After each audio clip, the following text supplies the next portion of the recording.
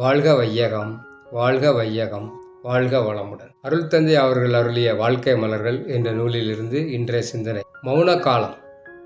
மௌனத்தில் பழகிதான் எண்ணங்களை வெற்றி கொள்ள வேண்டும்.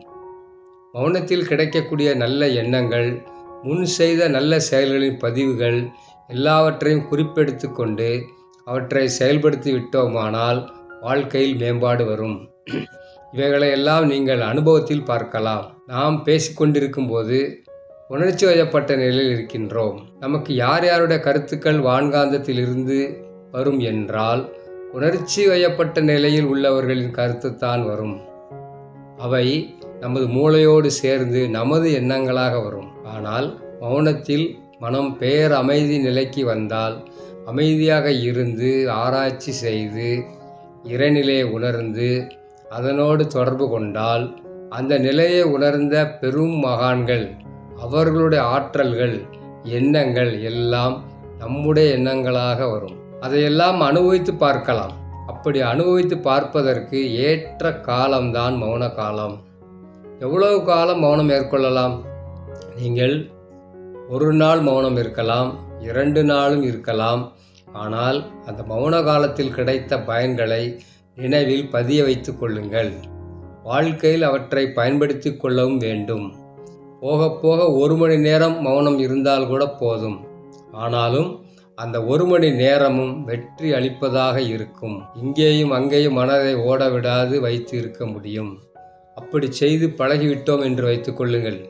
எந்த செயல் செய்தாலும் பதிவாகி அந்தந்த பதிவுகள் அவ்வப்போது எண்ணங்களாக வருகின்றன அல்லவா?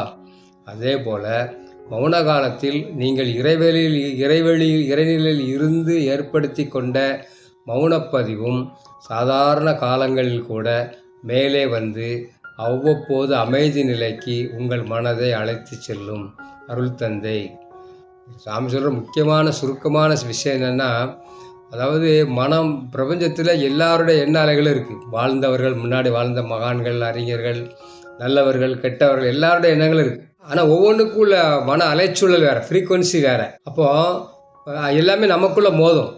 நாம் எந்த மனதை எந்த அலைநிலையில் வச்சுருக்கிறோமோ, அமைதி நிலையிலையா உணர்ச்சி நிலையிலையா?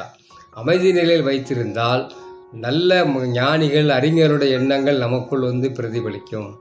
உணர்ச்சி நிலையில் இருந்தால் அந்த நிலையிலே வாழ்ந்தவருடைய எண்ணங்கள் இருக்கு பாருங்க, அவங்களுடைய எண்ணங்கள் வந்து பிரதிபலிக்கும். ஸோ நமக்கு வந்து இப்போ நல்ல எண்ணங்கள், மகான்கள், ஞானியோட கருத்துக்கள் நமக்குள் வர வேண்டுமானால், ஏன்னா எண்ணங்கள் தான் வழி நடத்த போகுது.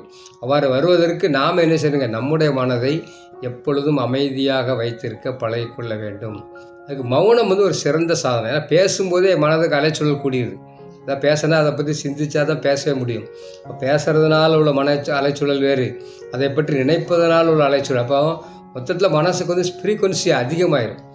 மௌனமாக இருக்கும் பொழுது பேசாமல் இருப்பதனால் மனதிற்கு அலைவேகம் தானாக குறைந்துவிடும். அதுக்கு ரொம்ப நினைக்க வேண்டியதும் இல்லை. ஸோ எண்ணத்தின் மூலமாக எண்ணமும் குறைந்து விடுகிறது. ஸோ மௌனம் என்பது ஒரு ஆன்மீக சாதனையில் ஈடுபவர்களுக்கு மௌனம் ஒரு மிகப்பெரிய வரப்பிரசாதம் என்று கூறி, இந்த வாய்ப்பை எனக்கு வழங்கிய அனைத்து மன்ற பொறுப்பாளர்களுக்கும், இதை பொறுமையோடு கேட்டுக்கொண்டிருக்கும் உங்கள் அனைவருக்கும் குருவின் நினைவோடு என்னை வாழ்த்துக்களை கூறி நிறைவு செய்கிறேன். வாழ்க வளமுடன்.